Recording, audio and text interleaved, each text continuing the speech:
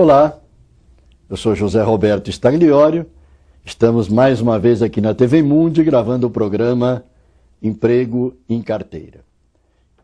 Patrocínio da Inforcomp, www.inforcomp.com.br. Quem quiser dar sugestões ao programa ou críticas, empregoemcarteira@tvmundi.com.br. Pessoal, nós vamos começar uma série de novos programas hoje, abordando saúde no trabalho. Então nós vamos ter vários programas sobre esse assunto. Vamos começar hoje com um programa falando sobre medicina do trabalho.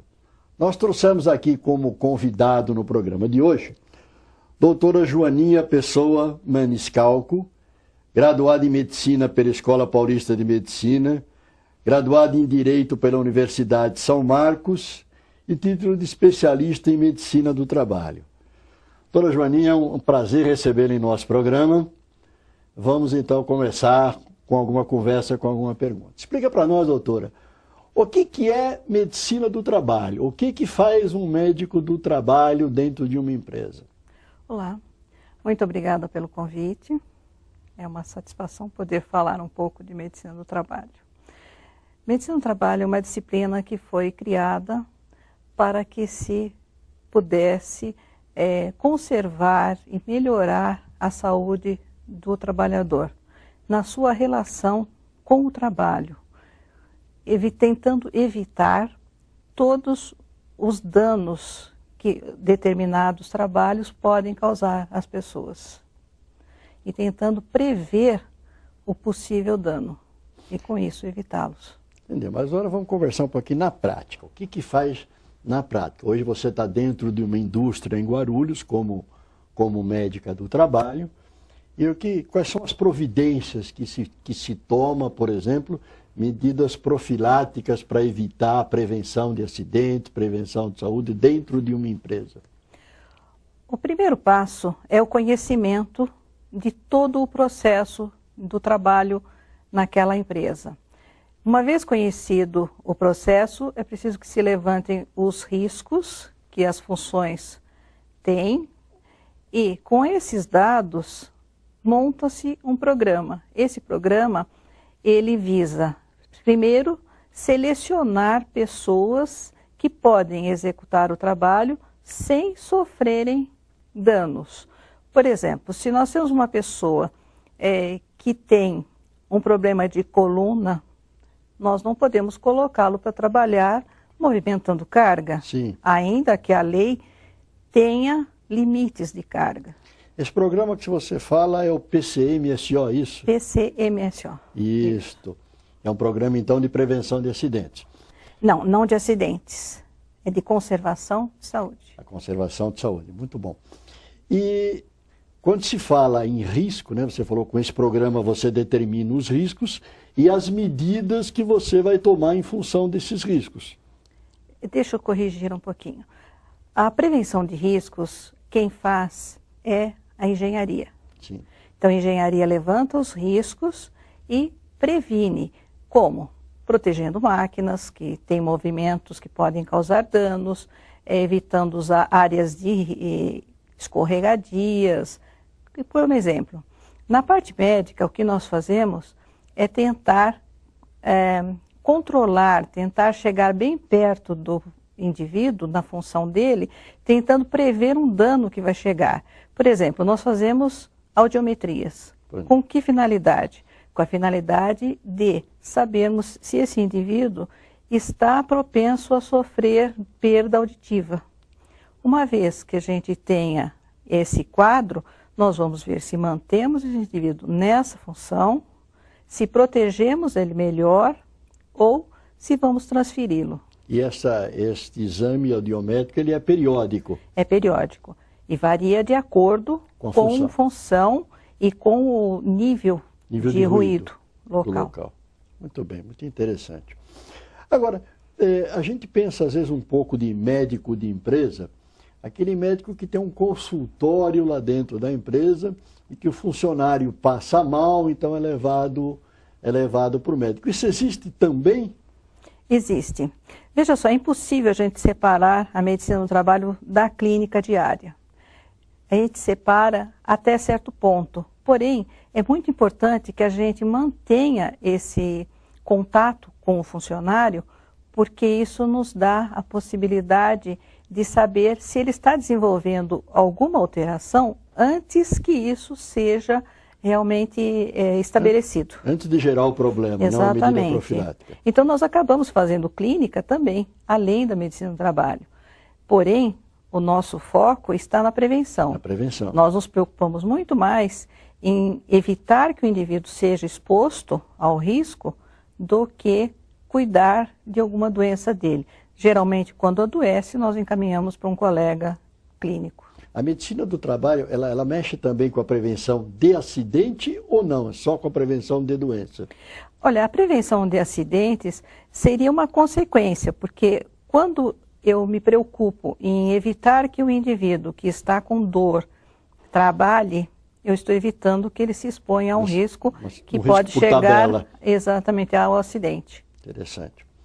Agora, conta para nós, uma coisa que me preocupa muito, né, é o exame que a gente faz quando vai admitir um funcionário. Então, hoje, a gente manda o funcionário fazer um exame numa clínica, né? O exame admissional e depois também numa demissão, o exame, obviamente, demissional, né? E a sensação que a gente tem enquanto empresário é que esse exame é, assim, muito superficial, né? Eu já tive casos de funcionários que tinham um problema de saúde e não veio para a gente essa informação. E me explica, como é que funciona isso? É sua área também? É minha área também. O fator limitante no exame admissional é o custo. Tá. Se nós formos fazer todos os exames que realmente nos dariam a segurança de estarmos admitindo uma pessoa sem nenhum problema de saúde, o custo é muito alto. E no Brasil acaba sendo um pouquinho difícil que a gente consiga fazer tudo. Então, o que o médico, naturalmente, o médico do trabalho, né, tenta fazer? Ele tenta, com o exame clínico, com um questionário, a anamnese, né, que é um questionário que a gente faz para todos os órgãos, a gente tenta, todos os sistemas, a gente tenta descobrir se ele tem alguma propensão ou se já tem alguma doença estabelecida. Porém, é um pouco difícil. É, né? É difícil. Bom, primeiro que encontrar pessoa que não tem problema nenhum de saúde, a gente não vai empregar ninguém. Exatamente. Né? Então a gente precisa saber exatamente até que tipo de problema que aquela função pode aceitar, né? Mas você acha que, por exemplo, seria recomendável para uma empresa que ela adotasse uma conduta diferente, por exemplo, de pedir exame de sangue, para que ela tivesse mais segura na contratação? Certamente. É uma segurança bastante grande para a empresa isso. Porque uma vez detectado um problema, nós não vamos causar uma piora nesse quadro durante o período de trabalho. E vai reduzir os riscos de processos mais tarde para a empresa quando demitir esse indivíduo. Hoje, nós já temos muitas empresas que têm um admissional muito cuidadoso. Doutora, vamos falar sobre esse assunto depois do comercial. Nós vamos fazer um breve intervalo e voltamos já aqui com a doutora Joaninha. Até já. Estamos de volta com o programa Emprego em Carteira aqui na TV Mundi, conversando com a doutora Joaninha, uma médica de medicina do trabalho, médica do trabalho. No bloco anterior a gente falava sobre o exame admissional, né? Então vamos voltar a esse assunto. Você acha importante que a empresa tenha um exame admissional mais rigoroso, né, para prevenir melhor acidentes, né, doenças, e a alocação do funcionário na função adequada? É extremamente importante. Porém, a dificuldade que a gente vai ter quando nós tivermos esses exames perfeitos é termos sempre pessoas perfeitamente adequadas ao local. Veja só, nós não fazemos isso, nós não escolhemos a pessoa para o trabalho. Nós vemos se a pessoa tem condições de desenvolver o trabalho. Quer dizer, a vaga já existe para uma determinada função. E não é nós não estamos tentando adaptar o indivíduo ao trabalho, mas tentando ver se as condições físicas dele são realmente adequadas para ele desenvolver aquele trabalho, ser exposto àquela função. Se ele tem alguma restrição, né? Isso. Física, de saúde, para exercer aquela função. Como nós havíamos comentado há pouco, né, isso fica bastante difícil, porque o indivíduo, depois de um certo tempo de trabalho, ele sempre tem alguma alteração de saúde. Quer dizer, nós falamos tanto da doença do exame adicional, né, que é antes dele entrar na empresa, como as doenças adquiridas durante o trabalho. Mas ele muda de trabalho. E muda, às vezes, de função e não tem um exame, uma renovação disso? Não temos. Tem? Nós temos a renovação, existe o exame da mudança de função, que é obrigatório também, é previsto pela legislação, e nós fazemos. Mas veja, quando nós vamos no mercado buscar o empregado, o futuro empregado, nós muitas vezes encontramos esse indivíduo já com alguma patologia. E aí nós vamos ter que ter o bom senso de dizer se essa patologia, o nível em que ela está, ainda é adequado, né? Nós ainda podemos aceitá-lo trabalhando ali ou não. E se nós dissermos não? Ele não é contratado. E se a outra empresa também disser não? Nós estamos tirando alguém do mercado de trabalho. Exatamente. É aí que nós estamos chegando. Isto. E isso transforma num problema. Então, medicina do trabalho acaba sendo algo muito bom para o indivíduo, porque vai protegê-lo, porém pode prejudicar de certa forma. Um cerceador de trabalho, né? Isto, veja só, se nós temos uma empresa muito grande, com muitas funções, múltiplas funções, nós podemos realocar esse indivíduo. E se não for? Então nós temos um outro problema. E nós não temos ainda estrutura nas empresas para administrar esses casos. Então muitas vezes o médico acaba fazendo o exame, assim, o que eu vi, eu vi. O básico. Não que, veja, ele não está sendo negligente. Entendi. Ele está sendo até um pouco benevolente. Entendi. Né? Deixa o indivíduo entrar e trabalhar, e a partir do momento em que ele estiver trabalhando, ele vai dispor de tratamento. E que doenças são essas? O que mais acontece como doença do trabalho? Eu não consigo, às vezes, visualizar numa grande indústria que tipo de doença a pessoa pode adquirir durante o seu trabalho. Nos dias de hoje, o maior problema realmente não é só na indústria, isso é no dia a dia, é em casa, é no trânsito, é o ruído. É a perda auditiva. Perda auditiva. O déficit auditivo acaba causando outros problemas. Causando propriamente, não, desencadeando problemas do tipo, um indivíduo que é um pré-hipertenso. Alguém que tem tendência já a ser hipertenso, tem hipertensão na família. Sim. Uma vez que ele é exposto ao ruído, se esse ruído for muito intenso e começar a causar danos, ele pode desenvolver essa hipertensão. Ela pode, quer dizer, o excesso de ruído pode refletir. Exatamente. E agravar ou desencadear um problema de pressão alta, um problema de pressão. Não só de pressão, de várias patologias. Né? E isto, veja só, porque o nosso cérebro, ele não está sozinho, ele está composto. E ele está ligado a todos os outros órgãos. Não é uma coisa isolada. Então, quando nós estressamos um órgão, reflete os outros também vão sofrer. E é o caso, principalmente, do ruído. Eu trabalho muito para a Consol Civil, né? Uhum. E eu vejo lá, às vezes vou visitar alguma obra para atender algum cliente, aquele barulho infernal, daqueles bate-estaca. Mas eu vejo muita gente com aqueles protetores auriculares bem grandes. Aquilo resolve? Aquilo ajuda? Resolve se utilizado da maneira correta. Ele tem que ser colocado da maneira adequada, tem que ser comprado um modelo adequado, porque existem pessoas que têm um pavilhão auditivo menor, outros maior. A própria conformação do rosto faz a diferença. Nós temos alguns protetores excelentes, de muito boa qualidade, que, porém, não são adequados. Por quê? O brasileiro tem um tipo de rosto diferente de um europeu. Então, se nós pegarmos um produto excelente europeu, pode não servir de nada para o nosso. Ao brasileiro. Muito e isso cai a proteção. Cai a proteção. Exatamente. Quer dizer que, então, a maioria dos problemas hoje que existem de doenças adquiridas no trabalho são pelo problema auditivo, são pelo barulho, pelo ruído. E as empresas não têm uma proteção, dentro da empresa, além da proteção individual do funcionário, não tem uma proteção dentro da empresa ou não existe isso? Existe.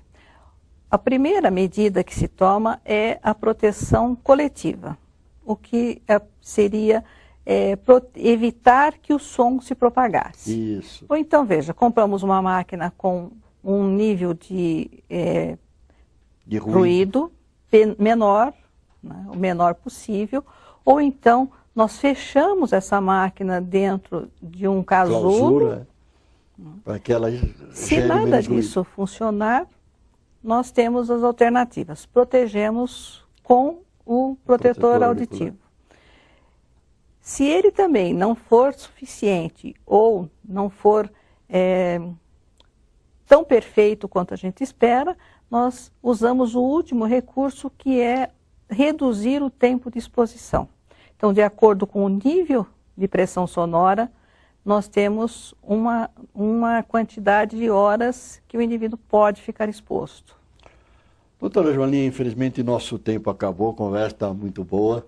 Eu agradeço a sua presença no nosso programa e esperamos contar com você numa próxima vez. Eu que agradeço bastante a oportunidade de falar um pouco sobre isso. Fico muito feliz. Pessoal, vamos por um breve intervalo e a seguir vamos fazer uma entrevista com Daniel, que é uma empresa de revenda de relógio de ponto no Rio Grande do Sul. Até já. Estamos de volta, mais uma vez com o programa Emprego em Carteira, aqui na TV Mundi. Nesse bloco nós vamos falar mais uma vez sobre relógio de ponto eletrônico, sobre o REP. A gente está falando aqui em emprego em carteira, está falando dos problemas trabalhistas, nada mais atual do que a gente entender e esclarecer tudo sobre o novo relógio de ponto eletrônico. Nos nossos estúdios, nosso convidado Daniel De Carli, que é empresário proprietário da Relomac, uma empresa da área de relógios de ponto, uma renomada empresa, lá do Rio Grande do Sul. Daniel, muito obrigado pela sua presença, é um prazer tê-lo conosco. E conta pra gente, da onde você é do Rio Grande do Sul, daquela terra linda?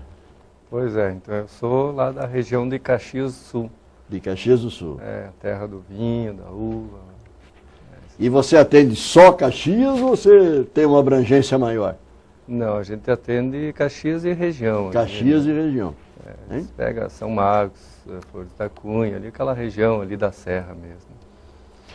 O Daniel tem uma história interessante que eu vou perguntar para ele. Quando surgiu os relógios de ponto, quando surgiu o REP, surgiu como uma grande mina de ouro. Então, como tudo que acontece assim, surge como muito dinheiro, que tem aquela vislumbre de muito dinheiro, começa a aparecer um monte de aventureiro. Como fabricante de relógio de ponto, também apareceu alguns aventureiros que não tinham história, não conhecia relógio de ponto e começou aí a se aventurar no mercado.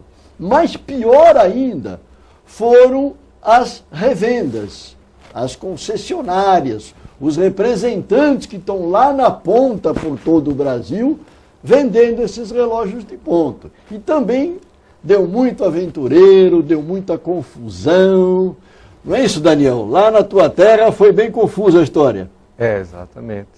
Logo que entrou essa portaria, que começou a sair os REPs, aí começou a invasão, Aí vinha tudo que era tipo de REP, Tudo quanto era tipo de REP, tudo quanto é tipo de revenda aparecendo lá. Tudo, Então, cara que nunca trabalhou com relógio de ponto.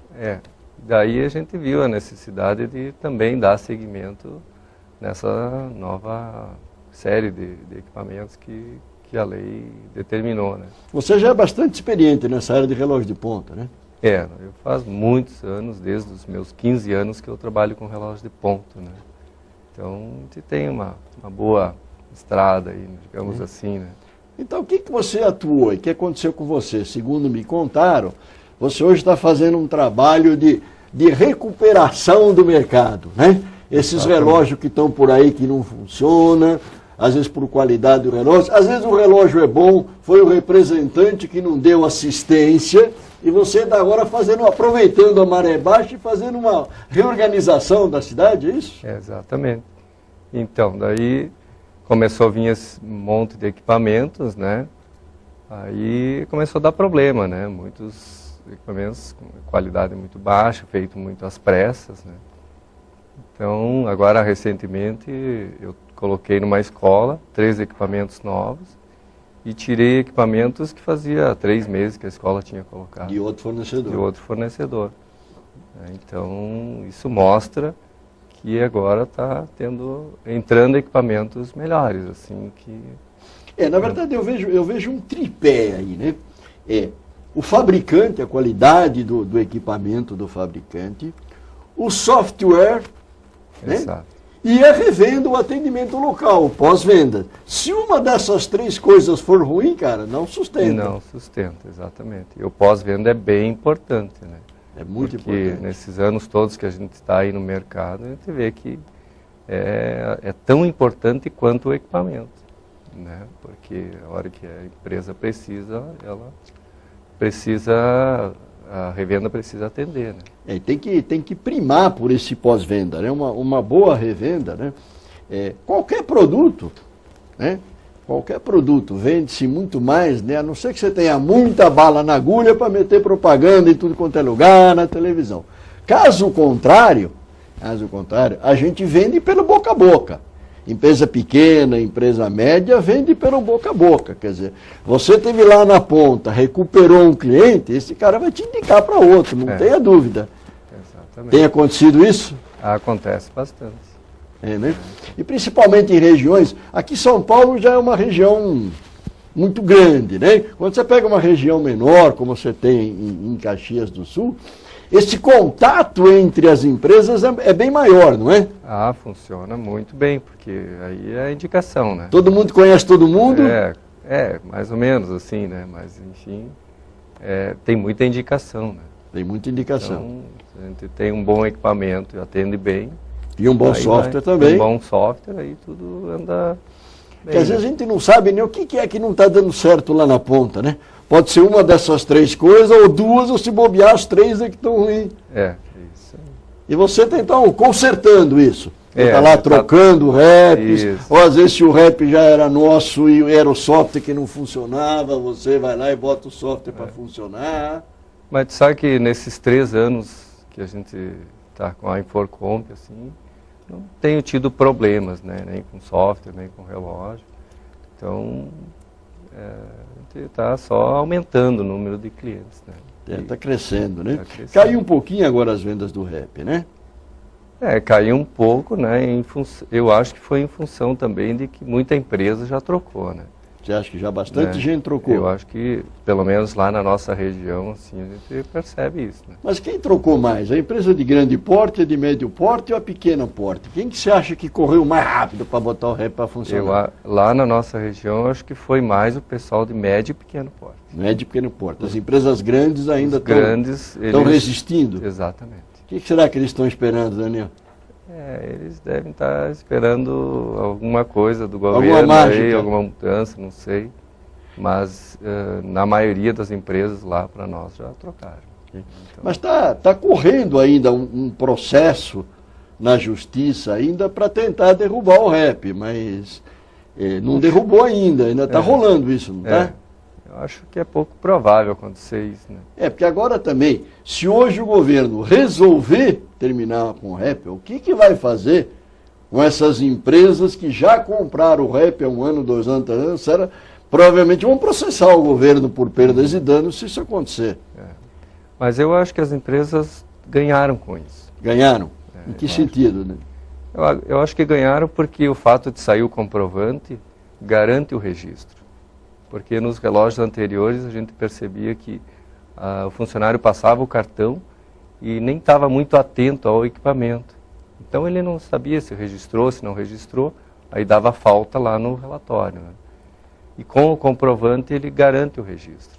Então ele fica mais tranquilo. Mais tranquilo. E para a empresa isso diminui a manutenção no software. Então é menos informação que precisa. E provavelmente vai gerar menos processo trabalhista lá na ponta. Menos processo e assim vai, né? Então acho que foi bem positivo, sabe? O REP foi bem aceito, né? Daniel, nós vamos encerrar o nosso programa agora. Nosso tempo se acabou. Eu agradeço a sua presença. Muito obrigado por ter vindo ao nosso programa. Da mesma forma. Pessoal, infelizmente terminou, está muito gostoso. Terminou mais uma vez o nosso programa Emprego em Carteira. Quem quiser consultar o site da Infocomm é www.infocomm.com.br. E quem quiser fazer uma crítica, uma sugestão ao programa, empregoemcarteira@tvmundi.com.br. Até logo e um bom trabalho para todos.